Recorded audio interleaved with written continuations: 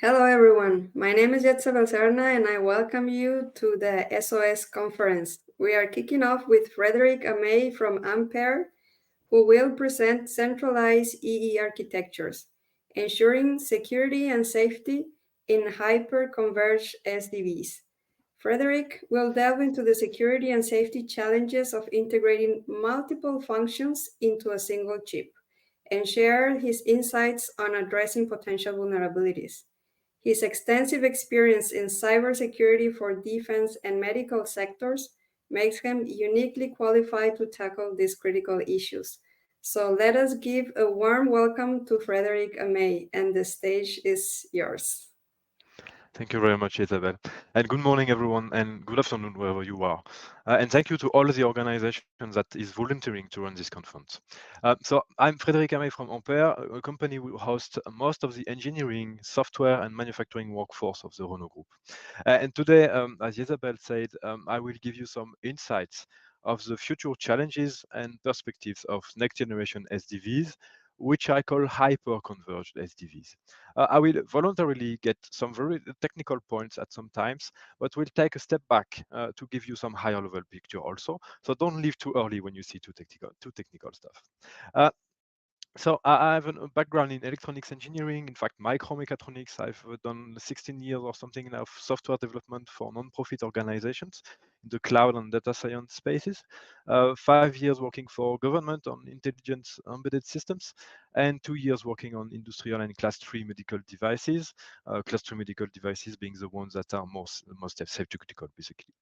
At Ampere/Renault Group, I'm trying to bridge the gap between tech and auto industries, making sure that cars are still safer than ever. So first thing first, today I will start with a very simple mental exercise. So I hope you already had some coffee before, but I assure you it will be quite easy. So let's take a bit step back from our industry, and let's say that for the next few minutes, you're a high-ranked IT architect at some Department of Defense of some random country. You're responsible of two different subsystems of your government. One on the left is some part of the software that is used to propagate nuclear missile launch commands to some submarine. The other one on the right is some kind of Dropbox or SharePoint for your contractors to upload unclassified documents. You may have different ideas on how to allocate those two different functions into a real world system. First idea you could have is put those two different software components on two different virtual machines on some super secure server or some super secure data center of your Department of Defense. And those would be isolated using some software firewall inside the hypervisor code. You could have another approach where you divide your two different environments into two different super secure servers, which are isolated using a super secure firewall, which is a hardware appliance inside your data center. You could also decide to divide this into different physical facilities around the world, and one of them would be an underground data center, which would be super secure. Uh, and at the end, there won't be connected anymore, an air gap, which we call that. So which one would you choose? Of course, this one is really, really simple, right? It's obvious that, of course, you want the largest gap between those two different systems, the most layers of defense in depth, because they don't even need to be connected in this case. But you see that depending on who you are, your experience, and your view of the real risks behind the system, you may have different options on the table on how you manage risks on complex end-to-end systems. So after this very simple exercise to maintain your attention, let's get back to our automotive wonderland. So now let's say that your nuclear something system is an ECU or software component that can control your car braking system. And the web interface is now an infotainment system. You probably don't want an air gap between those two systems, as they need to communicate in both directions, contrary to many aeronautical or defense systems, which mostly are unidirectional. For example, in a plane, your multimedia system might receive some GPS data from the avionics systems to show you a nice map and ETA, but the contrary is not true. Your multimedia system does not send anything to the core avionics systems. This allows to use concepts such as network diodes, which physically prevents data packets from going from one side to the other side. Cloud companies hosting sensitive workloads, such as medical data, have quite the same issues as ours. Data must flow quite bidirectionally between two environments while maintaining a strong isolation. As such, we have different options to manage this kind of systems. So now let's get to the SDV world. You should know that SDVs can be classified into several grades. Those who advertise SDV just for the hype, and those who provide real value by allowing deep and frequent updates in the car and future-proof capabilities for remote upgrades. Uh, while those software capabilities are not directly linked to the hardware choices, you could imagine a 50 ECU car being fully updatable in fast-paced releases. Of course, when you have less ECUs, more control, and more uniformity over the full software stacks, releasing software updates is easier. Not counting the organizational challenges when dealing with 50 something ECUs with 20 different microcontrollers and processors and 10 software stacks. So the trend is quite clear. Those hyper-converged SDVs, meaning having less ECUs and also less physical chips in those ECUs overall, and merging all the software in same physical chips. I think everyone can think about Tesla only having a dozen ECUs compared to traditional automotive players having somewhere between 40 and 70. This brings exciting opportunities and also leads into a lot of market reinvention as relationships between OEMs and suppliers are changing a lot, with some kind of OEM taking more responsibility and liability on the software stack. Not saying that the software ecosystem is also a bit challenged by what other tech industries and competitors can do, and we must keep up with that. So along this presentation, you might recognize silicon vendors, or I might even say names, given what has been publicly announced in the media.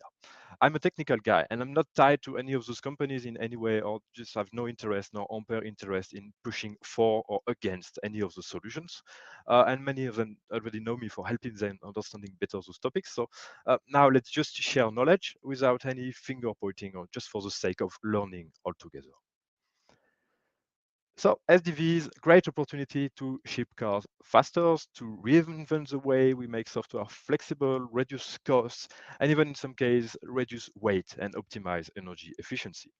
This seems awesome. And this doesn't come for free. There is a shift in responsibility, mindsets, communication in the vehicle, software stacks. But anyway, a recent report from McKinsey highlighted the rise of such centralized or fusion architectures and describing some of the benefits on an 11-page document. I really invite you to read that. It's quite interesting. And we can hear that awesome. We get new market shares in zonal computing, and we could have great simplified architectures with those kind of diagrams that you can see. If you read a small paragraph in the report, however, it states some of the challenges.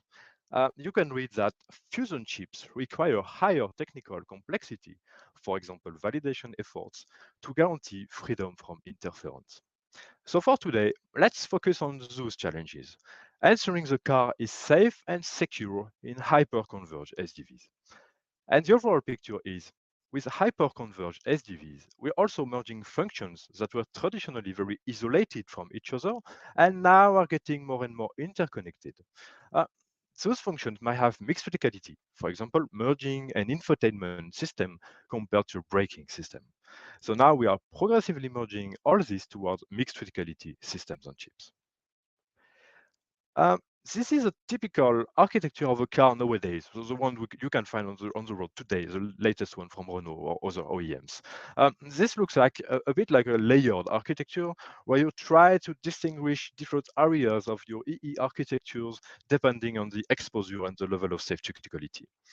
This means that on the right side, you have what we call the exposed zone, which hosts basically the infotainment and connectivity systems, which are the most exposed to external attackers, which could deploy their attacks from the cloud. Um, on the leftmost side, you have the safety critical area, which hosts all the safety critical functions of the vehicle, like braking, computer vision for ADAS, and so on, where you want absolutely to protect those features against any misuse from any attacker in the zone one. So this is quite traditional to try to isolate those functions as far as possible in the vehicle network architecture.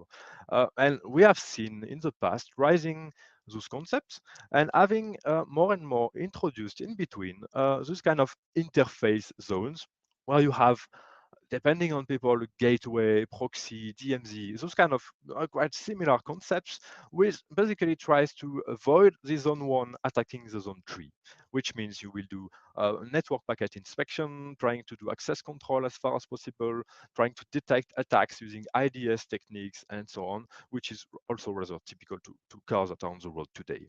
Uh, and the link between those interfaces is quite simple. I mean, in fact, you can analyze it really clearly and have a detailed and exhaustive views of all the network data that is transmitting between those different zones.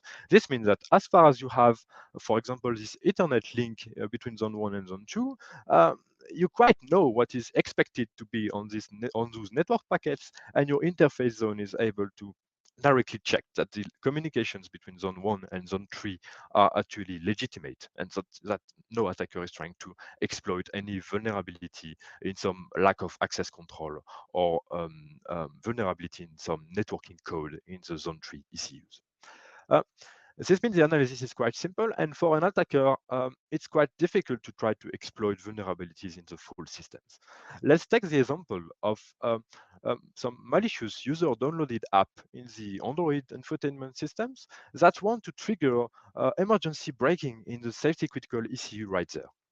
For an attacker, he first needs to take all privileges of the infotainment system on chip, meaning deploy an attack to get root on the Linux system, for example. Then it needs to propagate through the network, and then you have only basically one way to do it, and try to exploit vulnerabilities in some network protocol stack in the Zone 2 ECU. So this is first step of attack.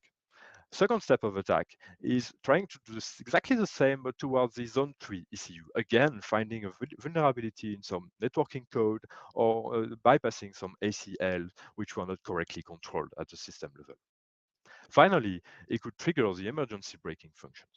So those four steps are really hard to really achieve in a real world system because the level of control we have today on the network packets that are transiting on the network is quite great. Uh, Now, let's see what could the future look like with hyper-converged SDVs. You still have the three different zones, right? The dashed lines box here on the top left, on the top, sorry. Which are now merged into a single piece of silicon, single chip.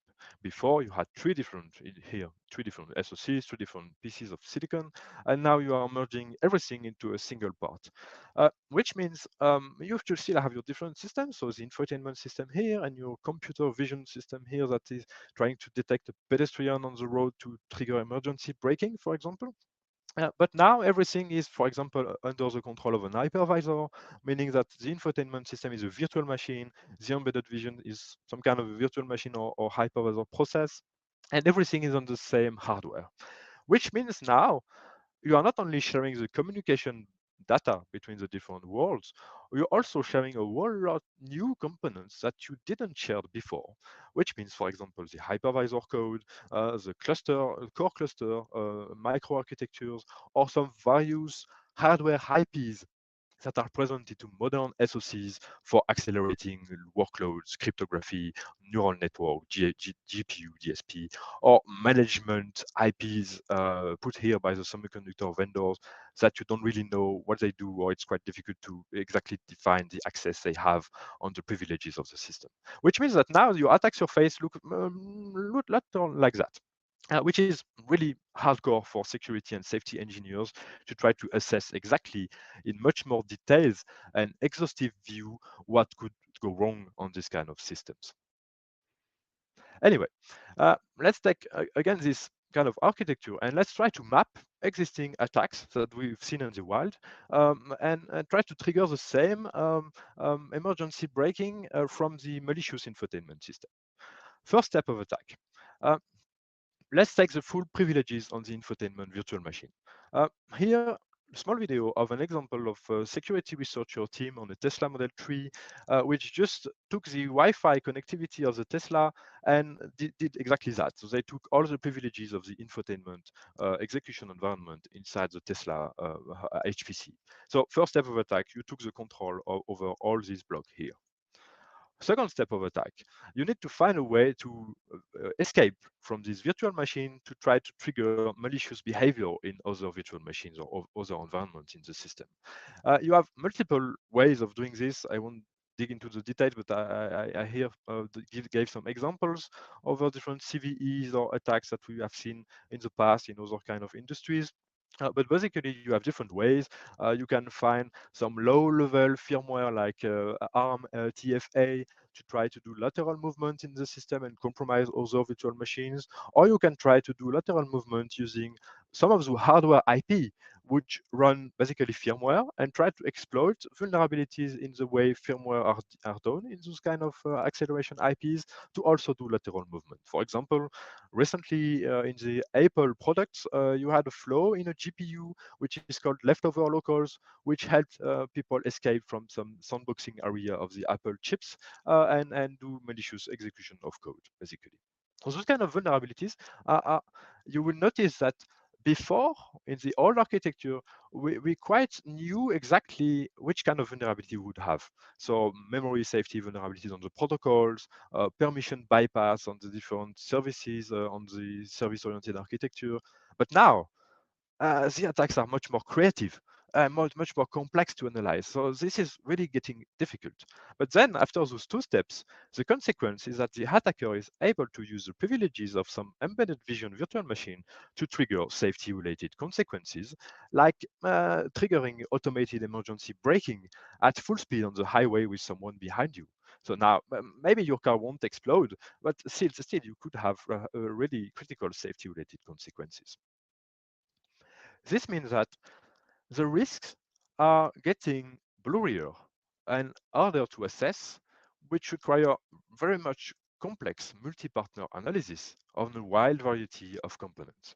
You would require highly technical experts from 3 to 4 companies to align on the risk at every interface, at the hypervisor level, at the IP firmware vendors on the low-level blocks of the SoC, low-level platform firmware like ARM trusted firmware, trusted execution environments, para-virtualized drivers, mixed criticality IPC libraries. So some component not even being firmware or software, but maybe in some cases some low-level gate logic, so RTL code.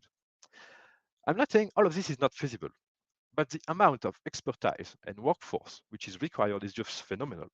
And as always in cybersecurity, complexity equals danger.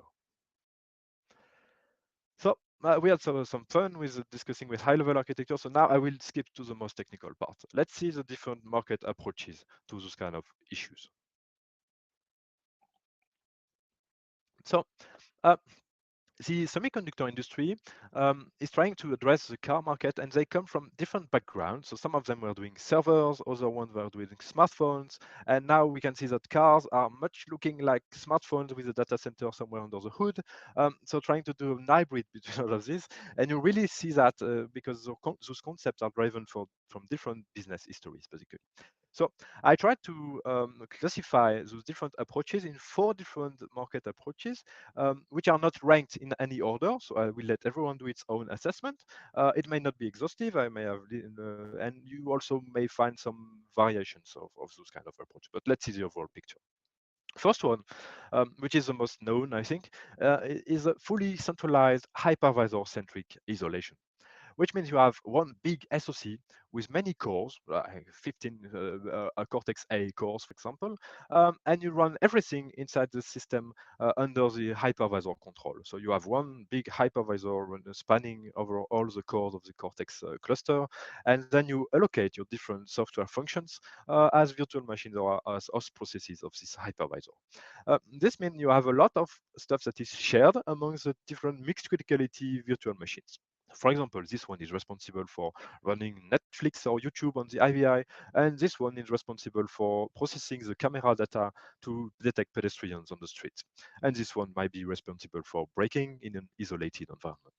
Uh, so you share a lot. You share some hardware IPs that are used for communication, hardware IP which are used for cryptography. Sometimes you share GPUs or DSP or some kind of accelerators. And you also share the low-level firmware that runs your cluster, likely the hypervisor, TFA, and also some low-level drivers that help sharing the devices. This means this one is much harder to assess because you have a lot of attack surfaces. So you need to analyze every of those attack surfaces one by one and try to find ways your attacker can get creative when trying to attack, for example, the perception virtual machine here from the IVI virtual machine. Uh, the good thing is that you have full flexibility, right? You can do whatever you want. Everything is software-based. Hypervisor reallocate cores even dynamically if you're smart enough for doing that. But um, and the cons is that you have security stress everywhere. So on every block that is shared on this diagram, you need to assess very closely that you are correctly ensuring isolation and lack of some kind of vulnerabilities on those firmware and hardware components. And it goes from hypervisor separation kernel, the shared drivers in the Virtio hosts, for example, and all those shared IP blocks that run firmware, low-level firmware on kind of very creative attacks, not like what we've seen before, but on really creative attacks. Like if you remember Zenbleed or those kind of attacks, it's quite the same kind of similar, very creative attacks. This means that in order to accept that and take the associated risks in consideration, we would need very high guarantees on all those component blocks, which means it will cost a ton of money, basically. Of course, you also have your own communication strategy on top of those hardware blocks. And this is still like OEM or tier one specific, so it's not really tightly linked to the semiconductor vendor, but this is still a great attack surface for attacker if you don't take this into great consideration. So assessing this kind of architecture overall is quite hard. I know some people in the industry that have a lot of resources looking into ways to formally verify some of those low-level components. I think that they will soon explain on strategy, but it's really expensive, basically. A second approach that I've seen on the market is what I call hardware-assisted partitioning, where basically you still have this concept of having a lot of cores in your system, but you're able to separate them quite physically on the network, on the data bus of the SoC into different domains or partitions. So you're able to basically divide your SoC into virtual SoCs and have some level of access control between the different blocks of the SoC using some kind of hardware firewall, with different names, but anyway. This means that you can prevent, for example, this IVI system to access some CAN interface, but you can allow this perception system to access the same CAN interface. So basically doing firewalling at the SoC bus level. This actually is great because it could help in some cases really define a more clear view of how we isolate the different blocks together to ensure freedom from interference. However, you still have a high level of stress on some of those components because you need to really guarantee that there is no side effects. Uh, as such, if you do that, you will likely also share some of the components. For example, the perception execution environment here might require the HSM for authenticating breaking commands to be verified by other actuators. And the IVI wants also maybe to access the HSM for doing private key storage for mutual TLS or something like that. This means that you will have some low-level IP firmwares that is still shared, and this is still a source for lateral movement in the system to try to trigger vulnerable code in other areas of the system. You still have some flexibility because you can allocate statically at boot time the different domains. So let's say you have 4 cores in one domain and 8 cores in another domain. Um, and you still have much less stress on the hypervisor because now the hypervisor is no more used for sharing two different mixed fidelity areas. Um, as I said, the difficult part is that you still need to assess every of those low-level blocks and making sure that you have the correct security mechanisms on them, meaning access control and lack of like memory safety vulnerabilities on the firmware that is run on those kind of low-level IPs. So you still need a high guarantee level on this hardware firewall mechanism as well, ensuring that it is actually working correctly and that you configure it correctly before shipping the device. And as such, you also have your own communication mechanisms, whatever it is, Ethernet or internal bus, shared memory, and so on. Yeah, this is still a significant attack surface depending on the protocols that you use for communications. Third approach that we've seen which I call the copy-paste approach or silicon is cheap approach. We've seen from some semiconductor manufacturers which are quite new in the area, basically copy-pasting two different SoCs into one SoC, where you have a lot more duplication, because for example, you will have two HSM, two different Ethernet controllers, two different DSPs, um, trying to basically have a very strict separation between those different environments where you still have your domains, but now it's no more flexible. You have it's at when they manufacture the chip, you have 4 cores for this one and 2 cores for this one, and it's just fixed. But you have a higher ability to define the attack surfaces, because now much less is shared. You don't share anymore some of the IPs, you don't share anymore the hypervisor, so you don't have hardware firewall, so you don't have to check that it's working correctly. But for this to be useful, you still need to share some components, so very likely some display pipeline or some camera pipeline, but it's much less in terms of number of components to assess. So you can have a great security level with no security stress on most components. However, you have very low flexibility. You could still have a hypervisor on some of those domains, but it's quite not much flexible. And hardware sharing might be difficult for complex IPs, for example, the camera or display flows, where you may lose a bit in terms of performance in order for all of this to work correctly. And it's wasting silicon resources and wasting power because you're duplicating a lot of things. Same communication stacks everywhere. Last approach, but not least, is a chiplet approach, where basically you try to merge different chips into a single package. So you try to bring all the benefits of different chips from different vendors and merge them into a single chiplet area where you basically have the same package. So this has great benefits because you could be really flexible in the way you choose one of the chiplets. For example, you want more performance for some high-end vehicle and less performance for some basic vehicle, and have a great level of isolation and freedom from interference. And then those systems are connected inside the package with a high-speed bus, which is a UCIe bus, which is quite close to the PCIe that you could find on other kind of industries. And meaning that the attack surface is basically what happens in this UCIe bus, and it could be quite difficult to assess because you may have known in the past of DMA attacks, for example. You need to be really careful about designing the UCIe peripheral access control that needs to be closely audited to avoid, for example, this IVI execution environment trying to access the HSM of this other chiplet that it could not have access.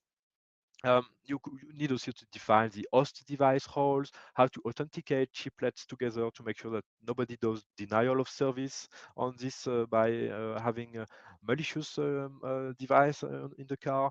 And you will still probably share some of those IPs. For example, you may have access to some DSP from one another chip or some shared memory. So you still need to take all of this in consideration. And it's also a lot of mindset reinvention, meaning before we had all these Ethernet-based architectures, and now you need to define the communication between those two could be getting quite different. And at the moment, this kind of architectures are quite more expensive. It's only starting to rise in the automotive industry, so at the moment, it's likely seen in the higher end of the vehicles. However, you could still get quite great flexibility if that's correctly designed. So changing different chiplets depending on the high-end or low-end vehicles, and you have quite a nice auditable security level apart from all those UCIe stuff that I just explained. And the good thing is that you can also combine this with the three other one approaches.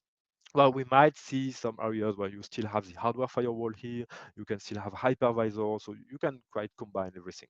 But it gets more complex, of course, in the analysis. And as such, you also have your communications protocols between the two different chiplets that needs to be further analyzed, but this is for another topic. So overall, let's try to see that from a time and money perspective.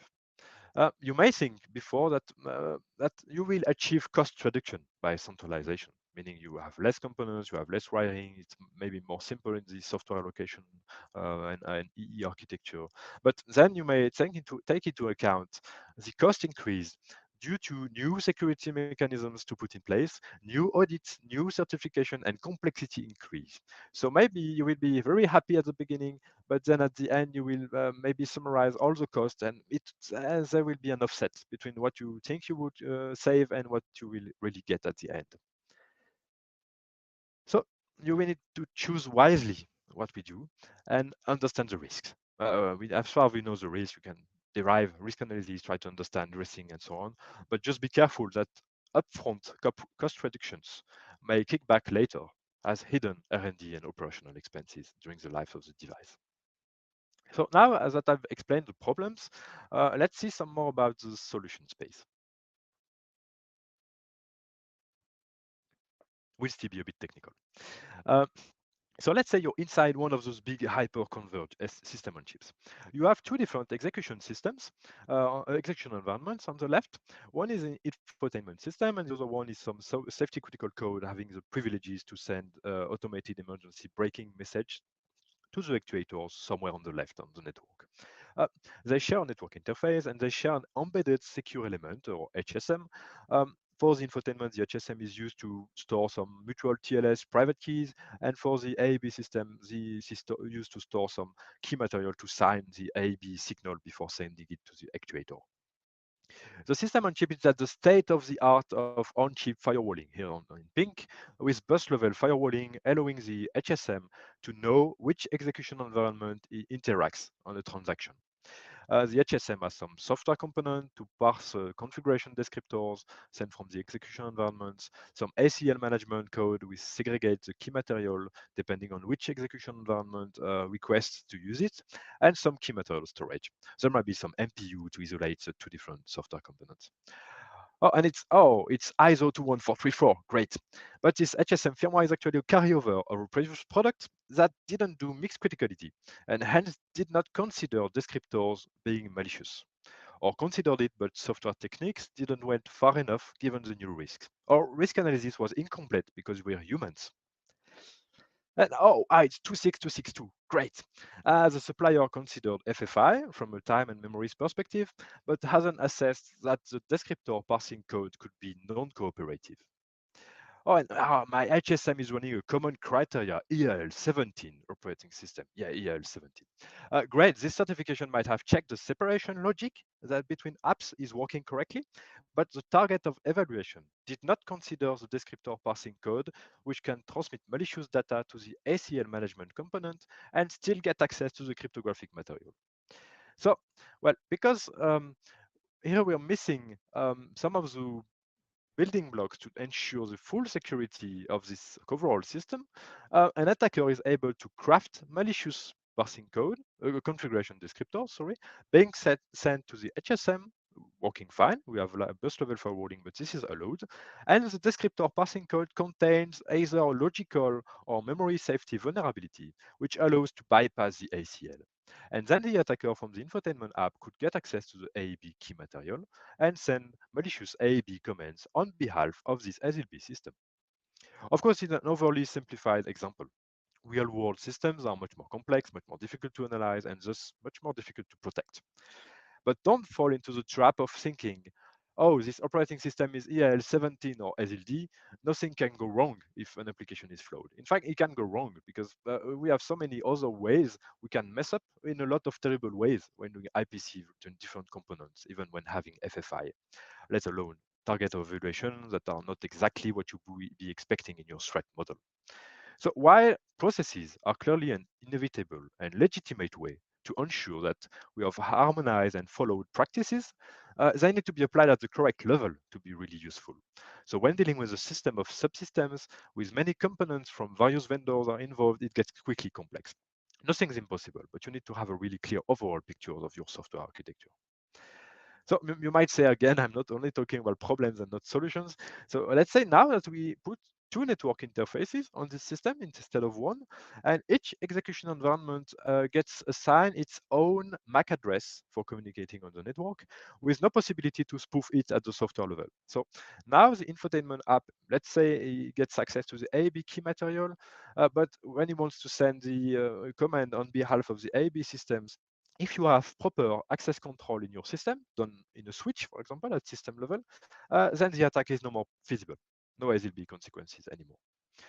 Another one is just your HSM firmware vendor could provide memory safety proofs inside the descriptor passing code using Rust or other high guaranteed techniques, and that it will also prevent this attacker to try to steal the AAB key material. So different areas where you can work on. Also, another one. Let's say you want your teams to analyze all of this by themselves. Take the full hyper-converged SOC and do system level analysis and some pen testing where it matters. This is a simplified block diagram of a Xilinx Zinc UltraScale Plus device. Later part the top right corner with the programmable logic.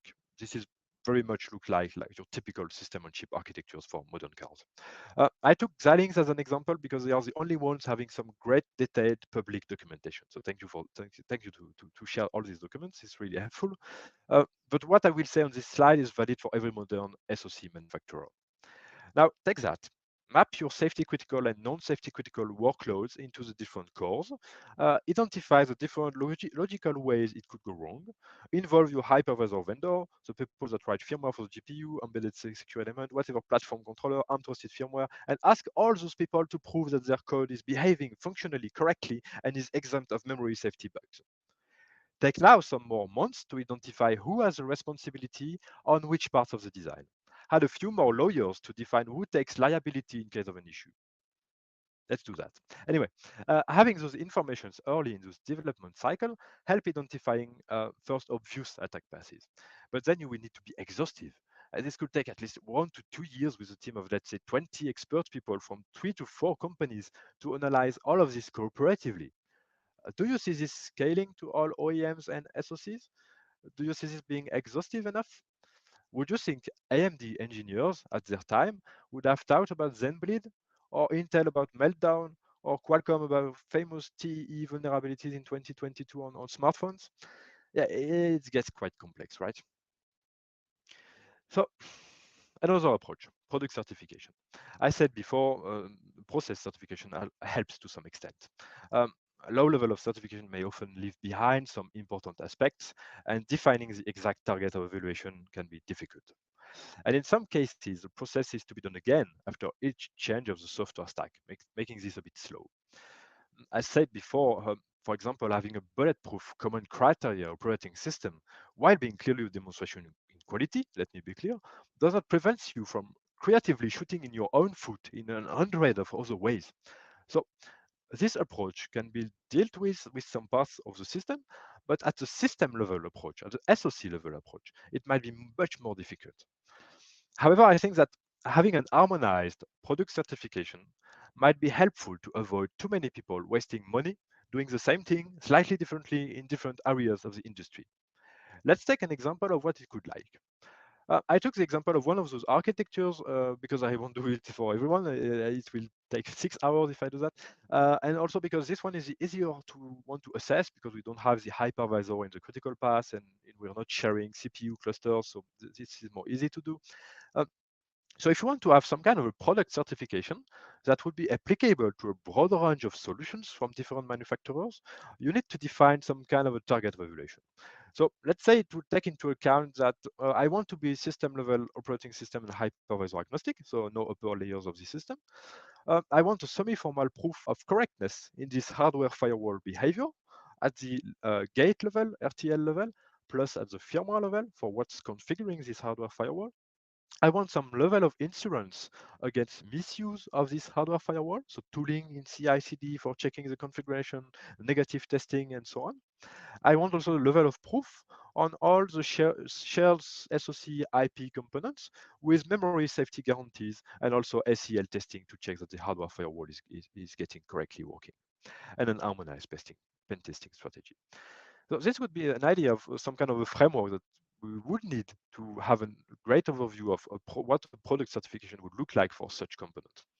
And at the moment, nothing like this exists, and I think it might be at least half a decade before it could reasonably happen.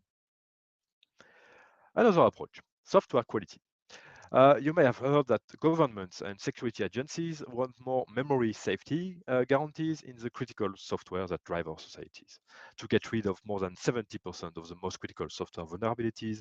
So there have been publications by the NSA, by the White House, and other security agencies to try to enforce memory safety in the most critical software. It might be in the future in regulations. I heard that in medical industry, for example, they are looking at it, and maybe in the future in automotive software, this would be the case as well. So to enforce memory safety. The programming language Rust is one effective and efficient example of implementing memory safe languages amongst other software qualities of Rust. You might say that it's maybe Rust is another tech gadget from the tech industry. Uh, we may sometimes think that there are big discrepancies between the technologies running the tech industry compared to the technology in our automotive world. While some of this is true, given the risk we manage for the safety of road users compared to the risk of Facebook being offline, we should not disregard too much what is done in other industries. Let me explain a bit. When tech industry is heavily using Rust since years, there are many reasons for that, productivity and security notably, but most importantly, reliability and predictability. When Amazon Web Services, which runs the cloud backends for some automotive companies and millions of companies' infrastructure, goes down because of a mistake in their software, the company loses up to $200,000 each minute of service unavailability. I'm quite sure that when losing that much money, Jeff Bezos makes sure that he has some plans to deal with the root cause of such software failures, and some of this plan is the Rust programming language. When a third-party component in Microsoft Windows crashes millions of computers around the world, and leading to more than $5 billion of economical losses over the world, hospitals and transportation being disturbed, I think Microsoft executives quite know what mission critical means. Microsoft has announced that latest low-level firmware managing their platform security, which is called Pluton, will be using Rust. Same for some part of the Windows kernel. So everything is not black and white. Let's take the best of all engineering worlds to construct the future of automotive in times where our industry is clearly challenged by very fast-paced competitors while keeping a safety-first mindset. So at Ampere, we decided to use Rust and make it mandatory in some areas, mostly for the memory safety and thread safety properties of Rust, which helped us simplify the overall car architecture, avoiding more than 10 million euro engineering costs and cuts in 70% of CVEs that could happen in the wild. Combined with increased efficiency due to the language properties, correctness guarantees when you compile the code, and supply chain management properties of Rust ecosystem, it allows to navigate faster in the V cycle, up to 2 times 1.2 observed at Ampere and up to 2 times at Google Android. This also increases developer satisfaction and career bridges because don't forget that we are all humans and people need to be satisfied in their jobs, and maybe having career bridges between tech industry and the automotive industry could be something great.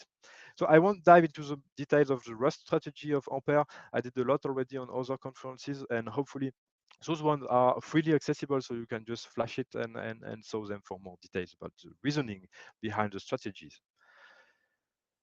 So shared components in SoCs. I said there are many IPs, low-level firmware running some very privileged code. Those are really a great place for Rust, notably for correctness, avoiding logical bugs, but also for security when exposed to mixed criticality workloads. And now there is no more excuse of safety critical code because ISO 26262 is no more of a blocker for Rust. So this could be useful in bootloaders, for example, where you may be parsing a lot of cryptography structures, very complex, before booting some untrusted data, which means that you clearly want some correctness and security guarantees in bootloaders. Same for low-level, high-privilege code, what you could find in Cortex clusters for low-level management firmware, the TFA, trusted execution environments, or some IPs of the system on chips related to system control. You often have this one, which manage power management and so on, which might be a great area for improving security and correctness guarantees. Same for firmware in shared hardware IPs. You may think about embedded HSM, embedded secure element, programmable accelerators for networking or other DSP. You could also see some attack passes in this one, and this need to be carefully assessed. Same for hypervisor. where you maybe not the hypervisor separation logic by itself, but notably the host drivers. So when you have complex drivers helping different virtual machines to share the devices of your platform, you really want them to be not in the critical path of an attacker trying to do VM escape. And we have seen as such in the past in other industries some attacks on those kind of hypervisor drivers, basically. So this is really an area where you need formal guarantees. And as I said before, there are some people in the industry, in the automotive industry, working on this to improve formal guarantees on those kind of components. But when you have lower resources, maybe you need to take a step back. I highly respect the work of hardware vendors, semiconductor industry, firmware vendors for trying to find solutions to all that. But have you seen the complexity is rising quite high and the analysis may be hardcore for some industry players? It's our responsibility as OEMs to have this full picture. Unfortunately, for the time being, I don't think the automotive industry has enough workforce and experience in that field to achieve that in some cases. But at the end, it's the OEM that takes the responsibility on assembling those bricks together to make sure the vehicle is safe to use on the roads. So maybe some companies having lower end products might have an approach where we address this issue more slowly. The chiplet approach is nice, helping having to control only the bus fabric connected to PCIe, limiting the attack surface, but seem expensive. Other approaches such as on-chip firewalling are giving interesting passes forward, still have significant lack of guarantees on some areas. Same for fully hypervisor based, which require high confidence and experienced teams. Uh, so maybe, yeah, when having lower resources, you might consider other approaches using different split approaches. So, for example, having different SoCs in the same PCB, or considering user techniques for sharing data across the system. For example, instead of having shared memory into a single SoC and this whole hyper-converged approach, you could imagine share the camera data using other standards such as ASA on 10 gig Ethernet for camera streams, which also gives another approach to try to circumvent the limitations of traditional architectures. Um, and still, having three SoCs in the same box is still better integration than three SoC in three ECUs. So that's still a great move to try to do, and maybe less of a nightmare than everything in one SoC in one box, right? Uh, and if you really want to merge the most as possible, consider merging lower criticality before and keeping separated SoCs the highest criticality using above techniques. Same for targeting higher level of driver assistance systems. You may want redundancy, and this means that sometimes keeping separated SoCs keeps things much more simple to do. So what's next for this kind of topics? First, I said that improving software guarantees at critical interfaces by introduce techniques of memory safety, thread safety, type safety in firmwares, low-level code which has high privilege, hypervisor drivers, those kind of low-level building blocks that make everything secure on top of them. By Rust memory safety properties is one of the example. I know that some people also work on ADA or Spark for other kind of components. Those are areas where there is still a lot of work to be done. Uh, SoC system level assessment. As I said before, we don't have really frameworks for assessing security of such a big system. However, I think involving multiple partners or in real world use cases and maybe work on common frameworks for certification or at least common strategies could be really helpful.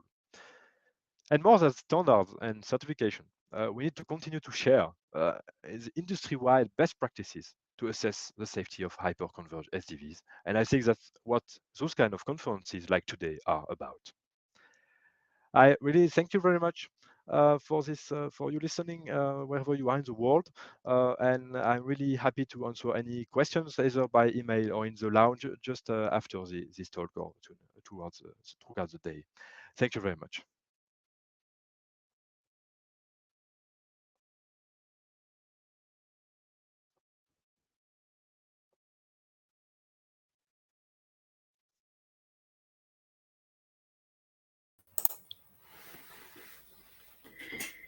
Thank you very much, Frederic, for the interesting presentation.